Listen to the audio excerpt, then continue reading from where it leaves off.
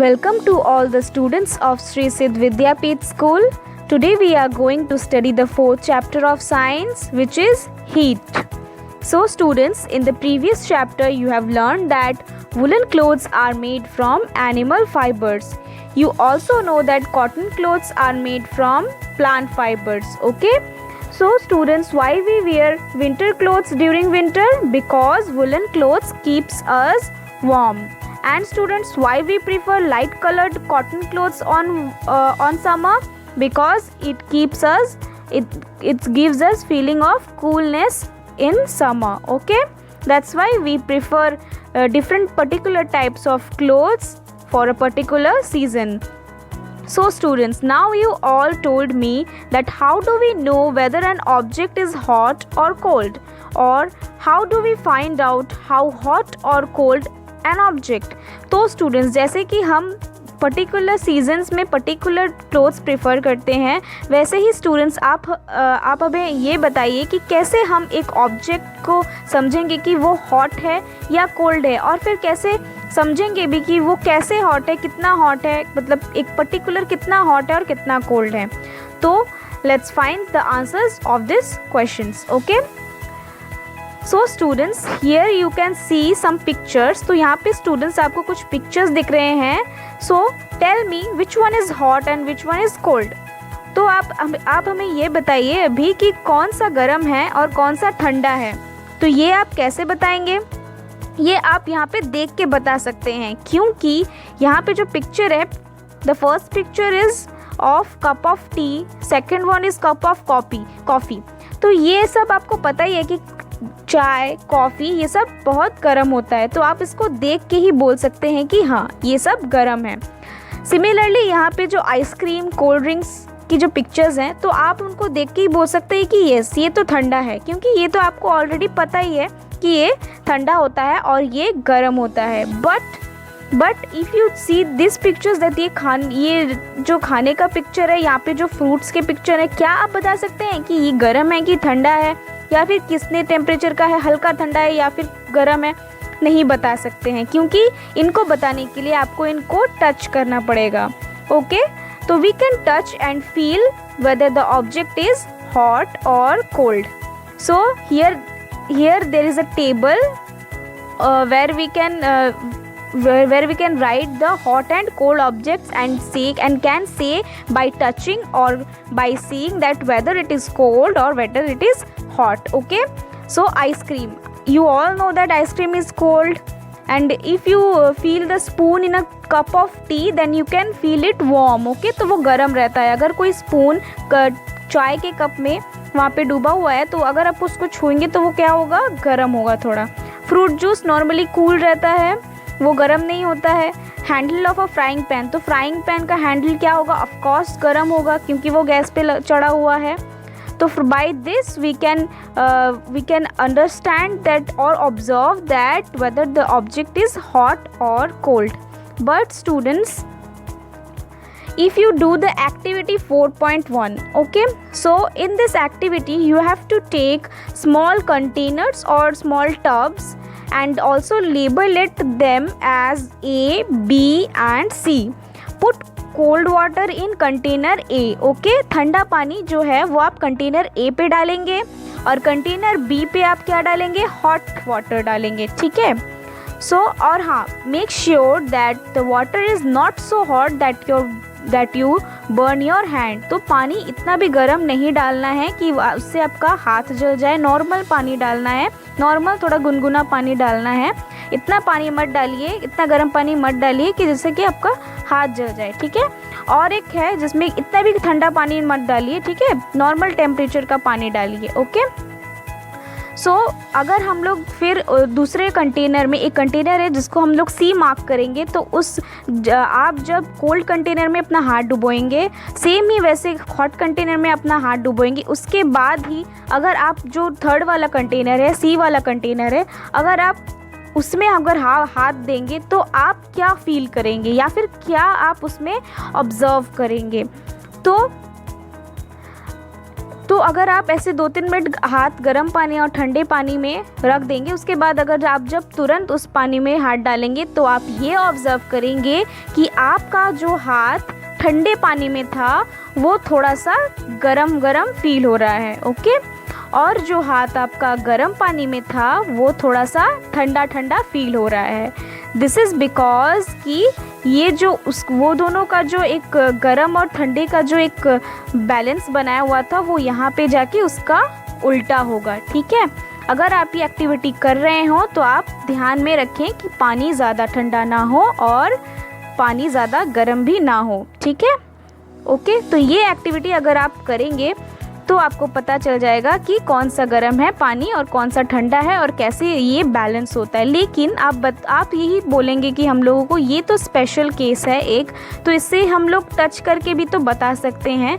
लेकिन स्टूडेंट्स, आप क्या इन तीनों पिक्चर्स में से कोई भी पिक्चर को आप लोग टच करके बता सकते हैं कि ये कितना गर्म है? बिल्कुल नहीं बता सकते, क्योंकि अगर ये आप ऐसा करते हैं तो आपका हाथ जल सकता है, तो ये आप नहीं बता सकते हैं। तो इससे क्या हम लोग को पता चलता है? From this we conclude that we can not always rely our sense of touch to decide whether an object is hot or cold, okay. Sometimes it may deceive us, it also does not give you accurate result. तो हम हमेशा कुछ चीज़ों को, मतलब कुछ गर्म चीज़ों को या फिर कुछ ठंडे चीज़ों को हाथ से पकड़कर नहीं बता सकते हैं कि वो कितना गर्म और कितना ठंडा है, क्योंकि ये हमारा हाथ जो है वो बर्न कर सकता है और हमें एक्यूरेट टेम्परेचर भी वो, मतलब एक्यूरेट रिजल्ट भी वो नहीं बता सकता है। सो स्टूडेंट्स, ये जो हॉट हुआ, मतलब ये जो हॉट है या फिर कूल है, ये हम लोग को एक्चुअली पता कैसे चलता है और ये होता क्या है, तो हम लोग अभी वही पढ़ेंगे। सो when a hot object and a cold object come in contact with each other, a type of energy flows from the hot object to the colder one. This energy is called heat energy, okay?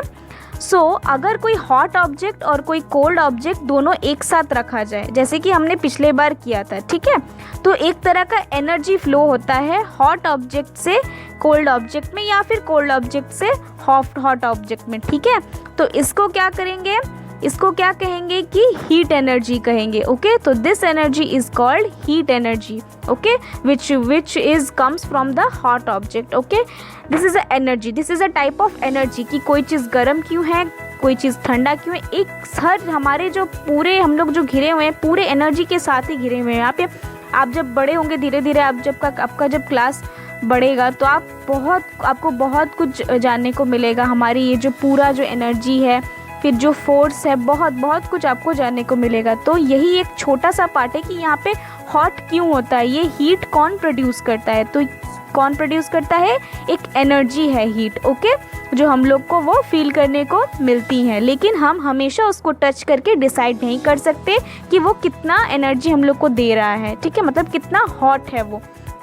तो That's why this is known as heat energy and the SI unit of heat is joule. तो ये आप generally physics में पढ़ेंगे कि SI energy इसका कितना है, जूल। तो आप जब हायर क्लासेस में जाएंगे आपको ज़रूर जानने को मिल जाएगा, ठीक है। तब तक आप यही जानिए कि हीट एनर्जी होता क्या है और इसको क्या बोलते हैं, और ये जो हॉट है हम लोग को ये हॉटनेस कैसे पता चलते हैं, ठीक है। Now what is the reliable method of judging hotness और coldness.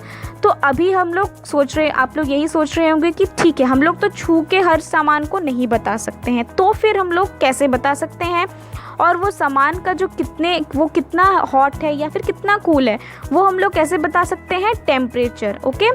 So here you can see that if you give heat gives us temperature effect, ठीक है। तो अगर कोई चीज़ बहुत हॉट है तो उसमें एक टेम्परेचर होगा, ठीक है। ये टेम्परेचर का डेफिनेशन हम लोग नेक्स्ट अभी पढ़ने वाले हैं। तो उससे पहले आप ये समझिए कि अगर कोई चीज़ को हीट दिया जाता है, जैसे कि सोचिए कोई गैस पे रखा एक फ्राइंग पैन है, उसको अगर हम लोग हीट देंगे, ठीक है, मतलब अगर उसमें नीचे गैस जला देंगे तो आग जलने लगेगा, मतलब हीट देने लगेगा वो। तो अब क्या होता है, टेम्परेचर क्या होता है, इंक्रीज़ हो जाता है, ठीक है। तो टेम्परेचर तब इंक्रीज़ हो जाता है और वो जो फ्राइंग पैन है वो बहुत हॉट हो जाता है, ओके। तो if we give heat then it increases the temperature and further makes it hot. Okay, so after that if we remove heat, तो अगर हम लोग हीट देना छोड़ दें, ठीक है, हीट नहीं दें, सोचिए हम लोग उसको एक गरम जो भी है उसको हीट नहीं देंगे, उसको एक जाके हम लोग फ्रिज में रख देंगे, ठीक है. तो अगर फ्रिज में रख देंगे तो धीरे धीरे क्या होगा, उसका टेम्परेचर क्या होगा, डिक्रीज़ होगा, मतलब कम होने लगेगा, और वो किस में बदल जाएगा, कोल्ड हो जाएगा, मतलब वो ठंडा हो जाएगा, ठीक है. So similarly if we remove heat then the temperature will decrease, okay, and further makes it cold. Okay, I hope you all understood this. Okay students, so now what is temperature? So a reliable measure of the hotness of an object is its temperature. Okay, तो एक object कितना hot है उसको measurement करने का तरीका क्या है कि उसका टेम्परेचर पता करें. तो now what is this temperature, what does the word temperature means the degree of hotness or coldness of an object is called its temperature. तो एक चीज़ का, एक सामान का जो भी हो, एक चीज़ का जो डिग्री ऑफ हॉटनेस और कोल्डनेस जो होता है उसी को क्या बोलते हैं हम, temperature. Okay, temperature is measured by using an instrument called thermometer. ये टेम्परेचर हम लोग मेज़र कैसे करेंगे, इसको मेज़र करने के लिए एक इंस्ट्रूमेंट मिलता है जिसको बोला जाता है thermometer. Okay, the most common unit for measuring temperature in is degree Celsius. तो जनरली बहुत कॉमन, वैसे तो बहुत सारे यूनिट होते हैं जो हम धीरे धीरे पढ़ने वाले हैं, और आप हायर क्लासेस में जाके भी बहुत सारे यूनिट्स पढ़ेंगे, लेकिन कॉमन जो एक यूनिट होता है उसको बोला जाता है डिग्री सेल्सियस. ओके बच्चों, आप याद रखिएगा, जो कॉमन यूनिट होता है उसको क्या बोलते हैं, डिग्री सेल्सियस. जैसे कि आपको यहाँ पे दिख रहा है कि ये डिग्री सेल्सियस, ठीक है, ये जो है इसको क्या बोलते हैं, डिग्री सेल्सियस, या डिग्री यहाँ पे ये सेल्सियस. ओके, तो ये आप बच्चों अच्छे से याद रखिए. और there are 2 types of thermometer generally we used which are clinical thermometer and laboratory thermometer. और जनरली थर्मोमीटर भी बहुत तरह के होते हैं बच्चे, थर्मोमीटर भी बहुत तरह के होते हैं, लेकिन जनरली मतलब ज़्यादातर हम लोग क्या यूज़ करते हैं, क्लिनिकल थर्मोमीटर और लेबोरेटरी थर्मोमीटर. क्लिनिकल थर्मोमीटर मतलब जो डॉक्टर्स यूज़ करते हैं ज़्यादातर, और लेबोरेटरी थर्मोमीटर मतलब जो ज़्यादातर साइंटिस्ट यूज़ करते हैं, ठीक है, ये लैब्स में यूज़ होता है laboratory thermometer. Okay, so now we are going to study about the clinical thermometer कि क्लिनिकल थर्मोमीटर क्या है, इसका क्या काम है, ये कैसे दिखता है, क्या होता है, कैसे टेम्परेचर इससे मेजर किया जाता है. तो वही प्रोसेस हम लोग सब अभी पढ़ेंगे. So what is clinical thermometer, the thermometer that measures our body temperature is called a clinical thermometer. तो वही थर्मोमीटर को क्लिनिकल थर्मोमीटर बोला जाता है जो हमारा बॉडी टेम्परेचर मेजर करता है कि हमारे बॉडी का कितना टेम्परेचर है. Okay, the commonly used clinical thermometer is made up of a narrow tube capillary of thick glass. ठीक है, नॉर्मली थर्मोमीटर कैसे बनता है, एक नैरो ट्यूब होता है जो ग्लास का मतलब कांच का एक छोटा सा ट्यूब, कैपिलरी ट्यूब होता है, जिसका पिक्चर हम लोग अभी देखने वाले हैं. तो पहले आप जान के रखिए कि वो कैसा, किससे बनता है, एक छोटा सा ग्लास का मतलब कांच का छोटा सा ट्यूब की तरह का वो दिखने में होता है. At the end of the capillary tube there is a thing of glass bulb filled with mercury.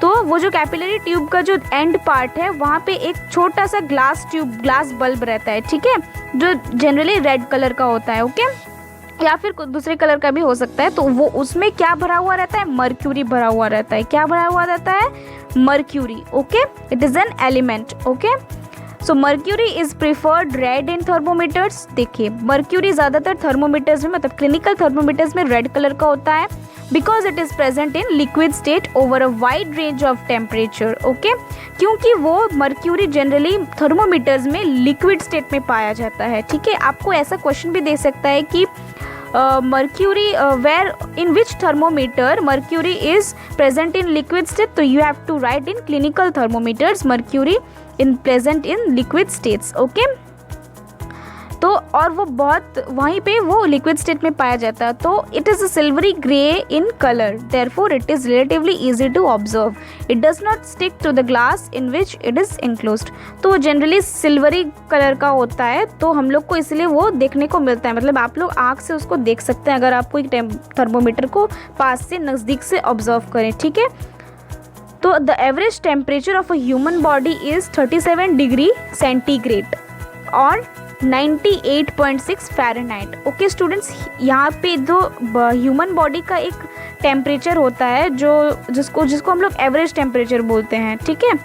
तो एवरेज टेम्परेचर भी एक होता है ह्यूमन बॉडी का, कितना होता है 37 डिग्री सेंटीग्रेड। ओके, तो ह्यूमन बॉडी का एवरेज टेम्परेचर कितना होता है 37 डिग्री टेम्परेचर, एवरेज टेम्परेचर ना ज़्यादा ना कम, ठीक है, ज़्यादा मतलब एक नॉर्मल टेम्परेचर जो होता है जनरली उसको कितना होता है 37 डिग्री सेंटीग्रेड। और एक स्टूडेंट्स मैंने आपको अभी बताया था थोड़ी देर पहले कि सेंटीग्रेड डिग्री जनरली हम लोग यूज़ करते हैं, यूनिट यूज़ करते हैं डिग्री सेल्सियस, लेकिन फ़ारेनहाइट भी होता है, ठीक है, डिग्री फ़ारेनहाइट भी एक यूनिट होता है जो वो भी हम लोग स्कूल यूज़ करते हैं, जैसे कि सेल्सियस स्केल यूज़ करते हैं वैसे फ़ारेनहाइट स्केल भी यूज़ होता है, ठीक है। The temperature of a human body normally does not go below 35 degree centigrade to 42 degree centigrade. तो ज़्यादातर टेम्परेचर हमारे जो ह्यूमन बॉडी का टेम्परेचर 37 से लेकर 42 के नीचे बिल्कुल नहीं जाता, मतलब 37 से कम वो नहीं जाता है, ठीक है। This clinical thermometer has a range 35 degree to 42 centigrade.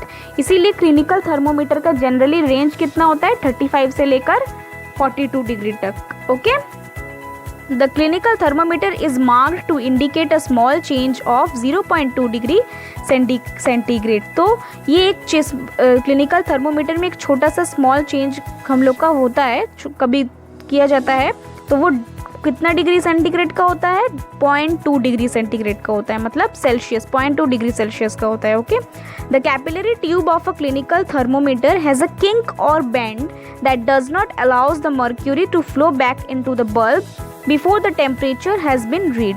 Okay, तो ये कैपिलरी ट्यूब में एक बेंट किंक मतलब एक छोटा सा बेंट होता है, जो अभी हम लोग देखने वाले हैं डायग्राम में, छोटा सा बेंट तरह का होता है जो मर्क्यूरी को पीछे, मतलब अगर हम लोग किसी का टेम्परेचर ले रहे हैं तो मर्क्यूरी को पीछे नहीं जाने देता है, मतलब वो उसको आगे बढ़ने देता है, ठीक है, और टेम्परेचर रीड होने से पहले ही, ठीक है। तो to lower the level of temperature the thermometer has to given a firm check.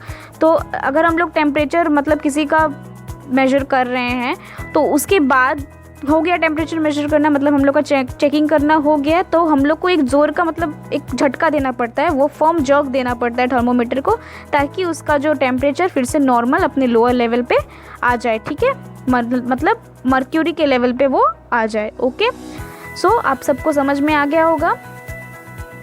So now here you can see this the diagram of the thermometer. Okay, तो फर्स्ट यू हैव टू सी, देखिए यहाँ पे students, यहाँ पे एक kink और एक bend है, ठीक है, आपको दिख रहा है कि कौन सा एक किंक है, ये वाला जो है एक किंक और बेंड है, ठीक है। ये क्या करता है, वो जो मर्क्यूरी को पीछे आने नहीं देता है जब हम लोग टेम्परेचर मेजर करते हैं, ठीक है। नॉर्मल बॉडी टेम्परेचर आपको मैंने अभी बताया था कि क्या है हम लोग का 37 डिग्री सेल्सियस। ओके, ये जो है आपको यहाँ पे जो दिख रहा है ये क्या है, थर्मोमीटर बल्ब, ग्लास बल्ब, वही वाला जो कैपिलरी ट्यूब का जो मैंने बोला था ना बल्ब, और जहाँ पे क्या रहता है मर्क्यूरी रहता है। ओके, और ये क्या है, ये एक मतलब ये जो आपका जो ये थर्मोमीटर है ये किससे बनाया हुआ है, एक कैपिलरी ट्यूब जो ग्लास से बनाया हुआ है, ठीक है, मतलब थर्मोमीटर ट्यूब भी बोल सकते हैं, ग्लास ट्यूब या फिर capillary tube made up of glass, मतलब कांच का। So there are two types of scales present in clinical thermometer. तो क्लिनिकल थर्मोमीटर में जनरली दो टाइप के स्केल्स पाए जाते हैं कोई क्लिनिकल थर्मोमीटर में, ठीक है। तो वो कौन से स्केल है, अभी मैंने आपको बताया था सेल्सियस स्केल जो कितने डिग्री तक मिलता है हम लोग को जनरली 35 टू 42 डिग्री सेल्सियस तक, ठीक है। और एक मिलता है फ़ारेनहाइट स्केल, ठीक है, जो कितना होता है 94 टू 108 डिग्री फ़ारेनहाइट का होता है। तो here you can see this in this picture. Okay, तो फ़ारेनहाइट स्केल आपको यहाँ पे दिख रहा है, ये जो नीचे है ये जो है ये फ़ारेनहाइट स्केल है, और ये जो ऊपर का है ये है आपका क्या है सेल्सियस स्केल है, देख रहे हैं आप यहाँ पे 35 पहले दिया हुआ है, फिर 6 दिया हुआ है, फिर 37 दिया हुआ है, फिर 8 दिया हुआ है, फिर 9, फिर 40, फिर जाके 42 तक यहाँ पे 42 तक जाके ख़त्म हो गया है। सेम 94 से कितने तक है, 108 तक है। फ़ारेनहाइट स्केल है, यहाँ पे देखो आपको मेंशन किया गया है कि ये फ़ारेनहाइट है और ये सेल्सियस है, ये फ़ारेनहाइट है। सो वैसे ही 94 से लेकर 6 यहाँ पे 81, 100 यहाँ पे लेके 108 तक ये पूरा किया गया है, ठीक है। तो आप सबको समझ में आ गया होगा कि ये these are the types of, there are 2 types of scales, which are first one is Celsius scale and the second one is Fahrenheit scale. And here you can see the diagram of the clinical thermometer which you all have to make it in your copy, okay। तो ये जो diagram है, first वाला जो diagram है, आपको ये अपने कॉपी में बना लेना है, ठीक है। सो नाउ हाउ थर्मोमीटर वर्क्स। तो ये थर्मोमीटर तो कैसा दिखता है, कौन से स्केल्स है, वो हम लोग को पता चल गया, लेकिन ये थर्मोमीटर काम कैसे करता है। तो स्टूडेंट्स, आप यहाँ पे जो 10 divisions between 1 degree thermometer, each division is 0.1 degree centigrade. तो आप देखिए यहाँ पे, नोटिस कीजिए 35 से जैसे 42 तक है, तो यहाँ से 35 से लेकर 36 तक कितने डिविजन्स हैं। आप यहाँ से अगर, जैसे कि आपके स्केल में डिविजन्स होता है ना, वैसे ही यहाँ पे भी डिविजन्स होता है। तो आप अगर गिनेंगे तो ये 35 से लेकर कितने डिवीजन है, 35 से लेकर, अगर ये जो पहला वाला जो मार्क है इससे आप गिनेंगे तो 1 2 3 4 5 6 7 8 9 10। So there are 10 divisions, okay. So generally there are 10 divisions, ठीक है। तो 10 डिविजन्स बिटवीन 1 डिग्री, मतलब 35 से लेकर 36 डिग्री, मतलब एक डिग्री बढ़ गया। 35 से 36 मतलब 1 डिग्री इंक्रीज़ हुआ। तो इसके बीच में कितने डिविजन्स हैं, इसके बीच में कितने डिविजन्स हैं, 10 डिविजन्स हैं, ठीक है। 10 divisions, okay. 10 divisions between 1 degree of temperature, each division is 0. तो एक जो ईच जो डिफरेंस है, मतलब ये जो ईच डिफरेंस है, इसको ये कितना है 0.1, ठीक है, 0.1 डिग्री सेंटीग्रेड, ठीक है। तो each divisions contain 0.1 degree centigrade, ठीक है। तो आप सबको समझ में आ गया है कि 35 से लेकर 36 तक 1 डिग्री हुआ, और 36 और 30 इसके बीच में कितने डिविजन्स हैं, 0.1 डिग्री सेल्सियस का डिवीजन है, ठीक है। तो now heat from our body, तो जब हम लोग टेम्परेचर अपने बॉडी पे रखेंगे तो हम लोग वहाँ से वो टेम्परेचर क्या लेगा, हीट लेगा, ठीक है, हीट लेगा। और फिर वो हीट कहाँ जाता है, वो जो एक एनर्जी होता है ना, वो वो कहाँ जाता है, bulb of the thermometer. Thermometer का ये जो बल्ब है इसमें आता है, ठीक है, थर्मोमीटर का बल्ब में है। उसके बाद क्या हुआ, मर्क्यूरी एक्सपैंड हुआ, मतलब मर्क्यूरी फैलता है, उसके बाद फैल के उसका वॉल्यूम भी इंक्रीज होता है, ठीक है। उसके बाद मर्क्यूरी राइज हो जाता है, ठीक है। तो इसी तरह से एक थर्मोमीटर वर्क करता है, okay students. So now how to read a clinical thermometer. तो क्लिनिकल थर्मोमीटर को हम लोग कैसे रीड करेंगे, मतलब हम लोग उसका टेम्परेचर कैसे मेजर करेंगे, वो एक स्टेप्स दिया हुआ है, ठीक है। So we are going to study those steps. तो there are following steps to read the thermometer, to read the temperature on a thermometer, okay. So what is the step 1? What is the first step? Firstly, wash the thermometer with an antiseptic solution, and if in case the antiseptic solution is not available, then wash it with clean water. तो सबसे पहले आपको thermometer को antiseptic का जो भी solution है उसको अच्छी तरीके से उसको साफ़ कर लेना है।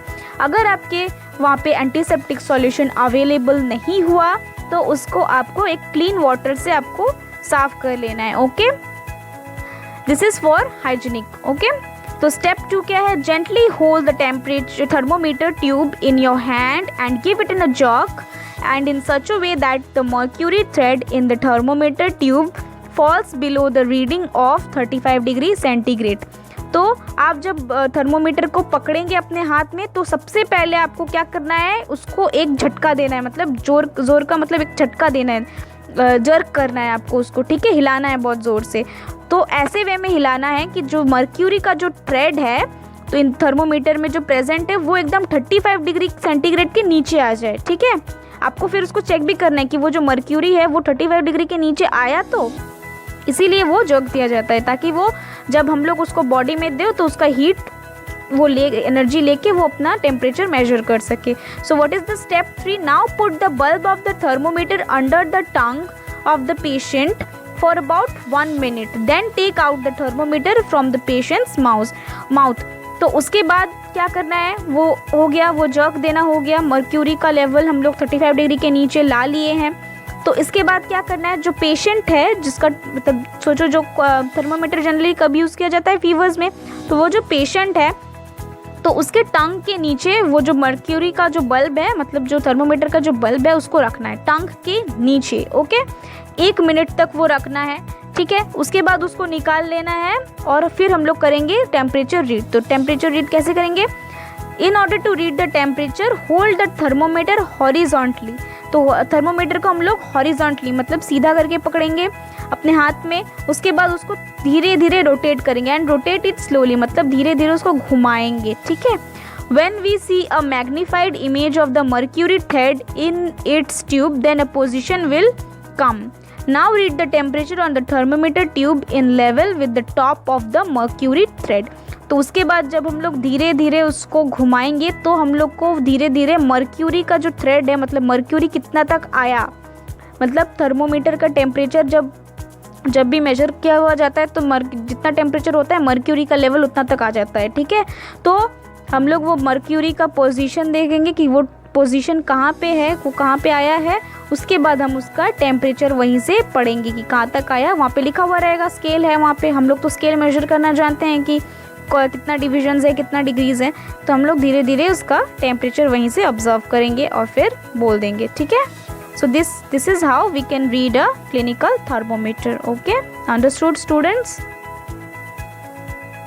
Now there are some precautions which we need to be observed while reading a clinical thermometer. Okay, तो हम लोग जब भी कोई clinical thermometer ऐसे टेम्परेचर मेजर करेंगे कुछ precautions हम लोग को लेने चाहिए, ऑब्जर्व करने चाहिए. ठीक है, तो what are those precautions? The first precaution is thermometer should be washed before and after use, preferably with an antiseptic solution. तो ये थर्मोमीटर हम लोग जब यूज़ करेंगे तो ये यूज़ करने से पहले और यूज़ करने के बाद एंटीसेप्टिक सॉल्यूशन से ज़रूर उसको धोना है, या फिर आप पानी से भी उसको धो सकते हैं. ठीक है, क्लीन करना है, वॉश करना है. Ensure that before use the mercury level is below 35 degree centigrade. तो जो हम लोग थर्मोमीटर यूज़ करेंगे तो हम लोग जब यूज़ करेंगे उससे पहले हम लोग को ये देखना ही है कि वो जो मर्क्यूरी लेवल है वो 35 डिग्री के नीचे रहे. ठीक है, नहीं तो टेम्परेचर वो रीड नहीं कर पाएगा. ठीक है. Read the thermometer keeping the level of mercury along the line of site. तो टेम्परेचर लेवल हम लोग का जो मर्क्यूरी का जो लेवल जितना तक आया होगा उसके उल्टे तरफ अलॉन्ग द, मतलब उसके वहीं पे उसका साइड जो है हम लोग को ऑब्जर्व करके हम लोग उसका टेम्परेचर रीड करना है. Handle the thermometer with care. If it hits against some hard object it can break. Don't hold the thermometer by the bulb while reading. तो जो थर्मोमीटर को हैंडल बहुत केयरफुली करना है क्योंकि वो ग्लास का होता है. तो अगर वो अगर हम लोग हाथ से गलती से नीचे गिर जाए या फिर कोई हार्ड ऑब्जेक्ट से अगर वो टकरा जाए तो वो टूट सकता है. ठीक है. और थर्मोमीटर को कभी उसका बल्ब की तरफ से पकड़ना नहीं चाहिए, उसका बल्ब कभी भी हम लोग को छूना नहीं चाहिए, उसके दूसरी तरफ हम लोग को पकड़ना चाहिए. ठीक है, बल्ब के ऑपोजिट के तरफ. ठीक है students, here there is some caution which we need to read. Okay, so do not use clinical thermometer for measuring the temperature of any object other than the human body. तो clinical thermometer को कभी भी कोई भी temperature के लिए major नहीं करना चाहिए बॉडी के अलावा. तो हम ये किस लिए होता है, स्पेशली हम लोग का बॉडी का टेम्परेचर मेजर करने के लिए. इसके अलावा हम लोग को और कुछ भी टेम्परेचर, किसी भी टेम्परेचर का मेजर इस क्लिनिकल थर्मोमीटर से नहीं करना चाहिए. Avoid keeping the thermometer in the sun or near the flame. It may break. तो ये जो थर्मोमीटर है कभी भी धूप के नीचे या फिर कोई आग के पास इसको नहीं रखना चाहिए क्योंकि ये वहाँ पे जाने से वो टूट जाएगा. ठीक है. Now different types of thermometers are used for different purposes. There are various types of, मैंने आपको बताया कि बहुत तरह के थर्मोमीटर्स होते हैं. जनरली लेबोरेटरी और हम लोग क्लिनिकल यूज़ करते हैं, लेकिन और भी तरह के थर्मोमीटर्स होते हैं. जैसे कि बहुत सारे कामों के लिए ऐसे थर्मोमीटर यूज़ किए जाते हैं। The maximum and minimum temperatures of the previous day reported in weather reports are measured by a thermometer called the maximum minimum thermometer. तो ये जो हम लोग रोज़ जानते हैं ना कि आज का, आप लोग अगर फ़ोन देखेंगे या फिर न्यूज़ देखेंगे तो वो पर बताते हैं कि आज बारिश होने वाला है, आज इतना डिग्री सेंटीग्रेड गर्मी बढ़ने वाला है, आज इतना ठंडा पड़ने वाला है। तो ये सब वो लोग कैसे मेजर करते हैं, उसी को मेजर करने के लिए यूज़ किया जाता है एक तरह का थर्मोमीटर जिसको बोला जाता है मैक्सिमम मिनिमम थर्मोमीटर। ठीक है, इसी यहीं से देख टेम्परेचर मेजर करके ये जो वेदर रिपोर्ट्स ये सब बनते हैं और हमारे तक वो लोग पहुँचाते हैं। ठीक है, वेदर फोरकास्ट लोग। तो डिजिटल थर्मोमीटर क्या है?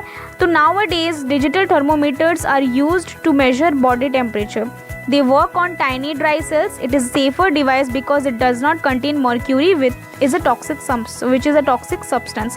तो आजकल क्या यूज़ होता है? आजकल वो जो क्लिनिकल थर्मोमीटर ज़्यादातर यूज़ नहीं किया जाता। आजकल डिजिटल थर्मोमीटर नया इन्वेंट हुआ है, नया निकल गया है मार्केट में।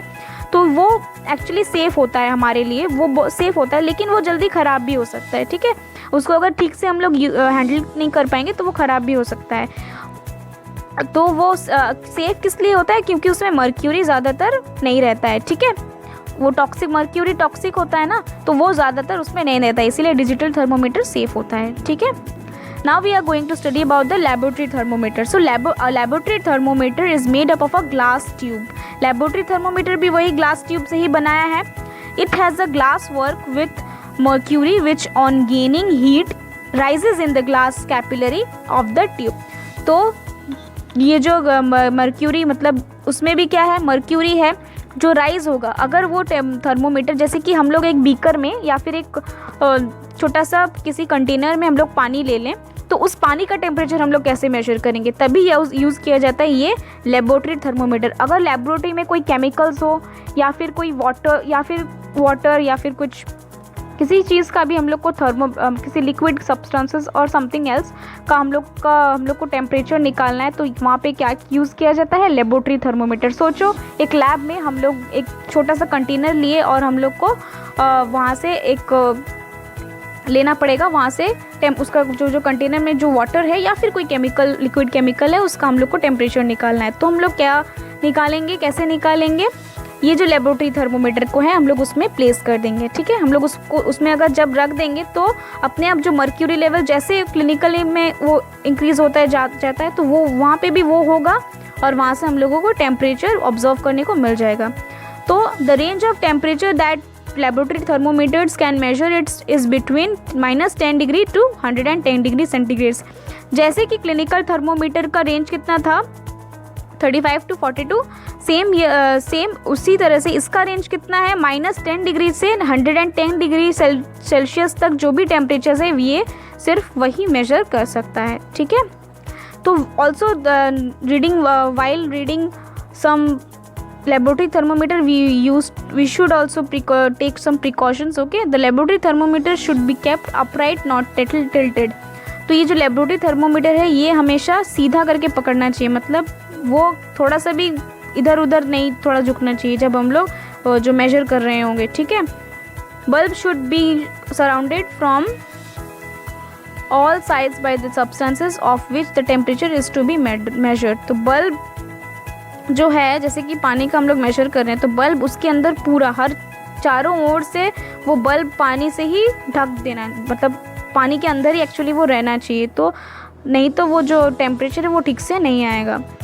The bulb should not touch the surface of the container. वो जो कंटेनर में हम लोग पानी का जो भी किए हैं, मतलब टेम्परेचर निकाल रहे हैं, तो वो जो बल्ब है उसको पानी में ही रखना है। वो कंटेनर का जो एकदम नीचे वाला सरफेस है उसमें टच नहीं करना है, कोई भी जगह में वो बीकर का टच नहीं होना चाहिए सिवाय पानी के। ठीक है, मतलब उसको पानी में जस्ट ऊपर से हम लोग को पकड़ना है, डुबो के रखना है। ठीक है, तभी जाके वो उसका टेम्परेचर दिखा पाएगा। ओके, सो आपकी बुक में भी एक्टिविटी 4.4 में कैसे लेबोरेटरी थर्मोमीटर को यूज़ करते हैं एक एक्टिविटी बताया गया, जिसका एग्जाम्पल दे के ही मैंने आपको ये वाला समझाया। ठीक है, so students, the remaining part of the chapter we will do in the next class. ठीक है, till then do all the notes in your fair copy, learn all the notes and read the chapter thoroughly. Okay, so students, जो next part है इसका, इस chapter का जो remaining parts है वो हम लोग नेक्स्ट क्लास में करेंगे। And students, if you have any doubt you can ask me. अगर आपको कोई भी पार्ट में, मतलब इस वीडियो के कोई भी पार्ट में अगर आपको कोई भी छोटा मोटा जो भी डाउट है आप मुझसे पूछ सकते हैं। हम आपके डाउट क्लियर करने की ज़रूर कोशिश करेंगे, ठीक है। आप जो है ये बुक, ये जितने तक आपको पढ़ाया गया है आज, ये जो बुक है आप अच्छे से उसको रीड करिए। जहाँ पे भी आपको कोई भी डाउट है आप मुझसे पूछिए, ज़रूर बताएंगे। ये जो एक्टिविटीज़ हैं, एक्टिविटी 4.1, 4.2, 4.3, 4.4, आप इसको अच्छे से एक बार पढ़िए, ठीक है। और जो भी नोट्स दिए गए हैं वो ज़रूर अपने फेयर कॉपी में नोट कीजिए, और जो भी नोट्स हैं वो उसको रीड कीजिए और चैप्टर को बहुत अच्छे से पढ़िए। We will meet soon with the remaining part of this chapter. Okay.